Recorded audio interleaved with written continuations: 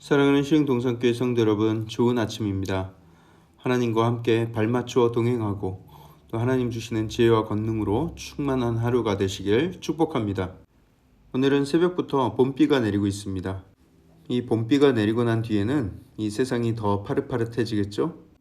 하나님께서 우리 앞에 펼쳐주실 아름다운 세상이 기대가 됩니다. 오늘은 금요일 TGIF 월십이 있는 날입니다.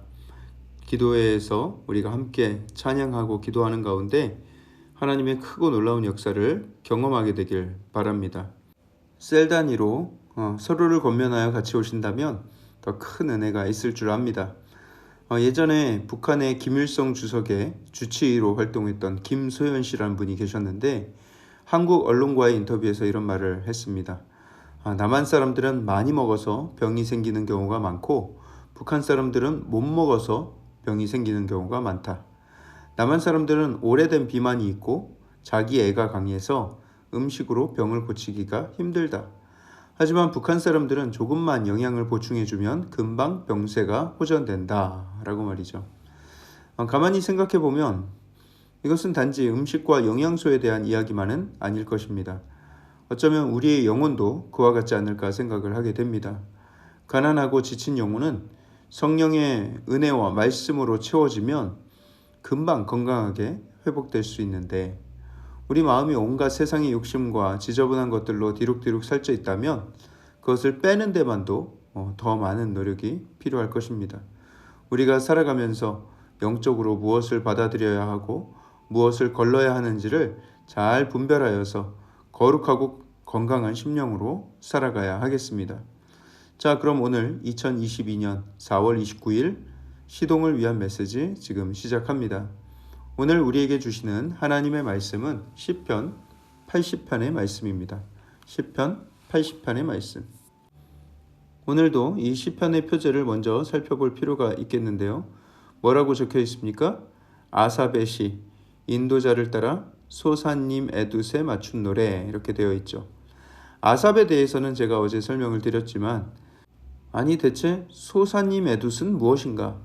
아니 뭔지 설명을 하든가 해야지 번역도 안 하고 아무 설명도 없이 그냥 소사님 에둠이라고만 표기하면 뭐 한국어를 사용하는 우리는 어쩌라는 말인가?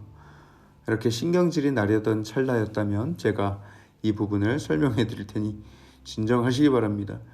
이 소사님 에둠에서 이 소사님이란 백합의 복수형으로 백합들이라는 뜻입니다. 그래서 소사는 백합, 소사님은 백합들. 한편 에둠은 증거라는 뜻을 가진 단어예요. 그래서 소사님 에둠은 문자적으로 직역하면 증거의 백합들이라는 뜻인데 아니 대체 증거의 백합들은 뭘 말하는 것인가? 왜 자꾸 더 미궁 속으로 빠져드는가?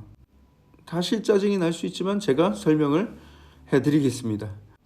당시 히브리인들 사이에서는 증거의 백합들이라는 그 제목만 들어도 그 곡조를 흥얼거릴 수 있을 정도로 아주 유명한 곡조였을 것입니다. 그때는 뭐 아무리 음악이 발달했다고 해도 지금처럼 많지는 않을 테니까 한 곡조에다가 이런 시도 갖다 붙이고 또 다른 시도 갖다 붙이고 그렇게 가사만 달리해서 불렀던 것이죠. 소사님 에둠은 아마 여러 사람들에게 사랑을 받았던 아주 아름다운 곡조였을 것입니다. 어떤 곡조였을지 참 궁금해지고 듣고 싶습니다.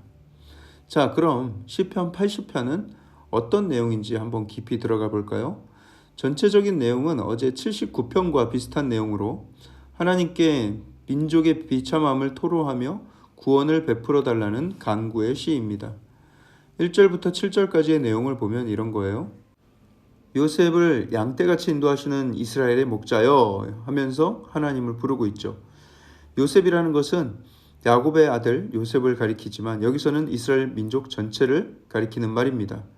보통은 아브라함의 자손, 야곱의 자손 이렇게 하는데 요셉을 이야기를 한 것은 앞으로 나올 내용에 요셉에 관한 이야기가 있기 때문입니다. 또 자신들을 양떼로 비유한 것은 성격이 온순하고 주인을 잘 따르는 이미지의 양을 말한 것이 아니라 어리석고 우둔하고 시력도 나쁘고 고집이 센 그런 어리석은 양들의 이미지를 나타내는 말입니다. 한마디로 우리는 불쌍하고 우매한 백성이니 하나님, 우리를 좀 봐주십시오 하고 조르는 것이죠. 귀를 기울이소서, 빛을 비추소서, 능력을 나타내사 구원하러 오소서, 우리를 돌이키소서.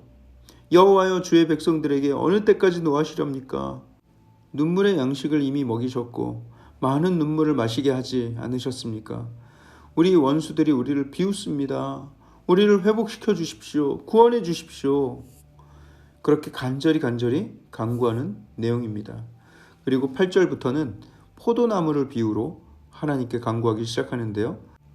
하나님은 애굽으로부터 한 포도나무를 가져다가 거기에 사는 민족들을 쫓아내신 다음에 그것을 심으셨습니다. 이렇게 기록하고 있죠. 이것은 언약 백성들이, 이스라엘 백성들이 애굽에서 종살이할 때 하나님이 그들을 싹 이끌어다가 가나안 땅에 들이신 것을 표현하는 것입니다. 가나안 땅에 많은 거류민들이 살고 있었지만 하나님은 그들을 그 땅에서 싹 몰아내시고는 그 땅에 포도나무를, 이스라엘 민족을 심으셨습니다. 포도나무는 풍요와 번영을 상징하는 것이죠. 9절에 주님이 앞서 그 땅을 잘 기경해 놓으셨기 때문에 그 뿌리가 깊이 박혀서 그 땅에 가득할 수 있게 되었고, 그 포도나무는 그늘이 산을 가릴 정도로 무성해지고 그 가지는 백향목과 같이 뻗게 되었습니다. 그 가지는 바닥까지 뻗고 넝쿨은 강까지 미쳤습니다. 노래하고 있습니다. 이는 이스라엘 백성들이 가나안 땅 구석구석 생육하고 번성하여 아름다운 나라를 이루어간 것을 노래한 것입니다. 동쪽으로는 요단강, 또 저 유프라테스 강까지, 또 서쪽으로는 지중해까지 번성하여 구석구석 뻗어나간 것을 노래하고 있는 것이죠. 하지만 12절부터 보시면 그 평화와 번영도 오래가지 못합니다. 하나님, 왜 어찌하여서 그 포도나무 농장에 그 담을 허셔서 길을 지나가는 모든 사람들이 그 포도나무를 따게 하셨습니까?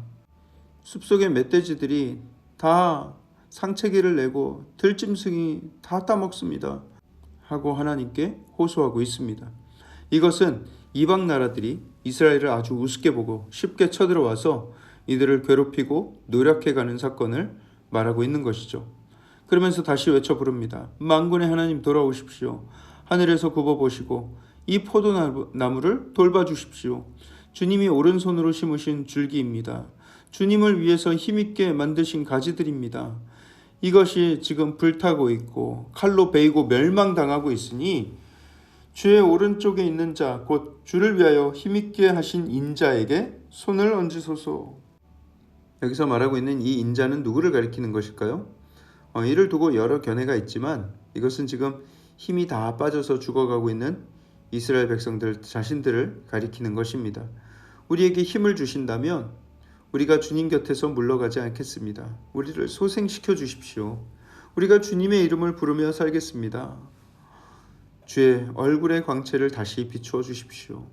우리가 구원을 얻게 될 줄 믿습니다. 그렇게 간구하고 노래합니다. 이 시는 여기에서 끝이 납니다. 여러분, 이 시편 기자의 민족을 향한 간절한 부르짖음이 얼마나 애달픈가 느껴지십니까? 거의 절규에 가까운 호소이죠. 이렇게 나라를 다 뺏기고 온갖 수모와 고난을 다 당하고 나서야 하나님을 찾는다면 그 심령이 너무나도 괴로울 것입니다. 그렇기 때문에 우리가 평화의 시기를 살아갈 이때에도 나라와 민족을 위해서 기도를 멈추면 안 되는 것입니다. 이 땅의 성도들이 한 마음으로 하나님을 찾고 예배하며 하나님 앞에 늘 평강과 부흥을 간구해야 합니다. 물론 끝까지 하나님을 찾지 않아서 완전히 멸망당하는 것보다야 이렇게 뒤늦게라도 회개하는 편이 훨씬 낫지만, 그보다 또 훨씬 나은 것은 하나님이 평강 주셨을 때 그 포도나무의 가지가 무성하고 열매가 풍성할 때 그때 하나님을 잊지 않고 기도하며 예배하며 사는 것입니다.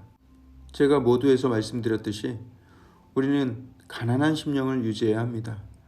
그러면서 하나님이 주시는 좋은 양식을 받아 먹어야 합니다. 세상이 거짓되고 추악한 것들을 마구 섭취하다 보면 우리는 점점 회복이 더 어려워지게 됩니다.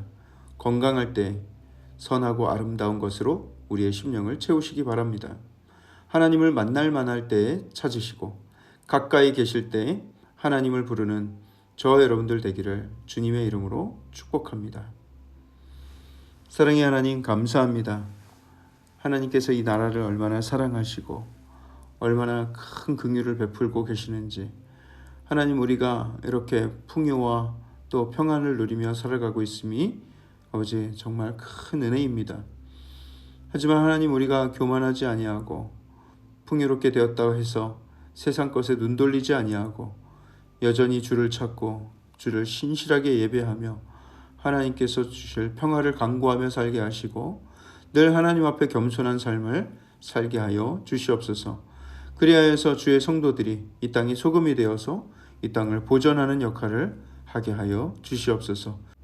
힘써 기도하고 하나님을 만날 때 찾고 또 하나님의 이름을 부르는 우리 온 성도들 되게 하여 주시옵소서. 이 모든 말씀을 살아계신 예수 그리스도 이름으로 감사하며 기도합니다. 아멘.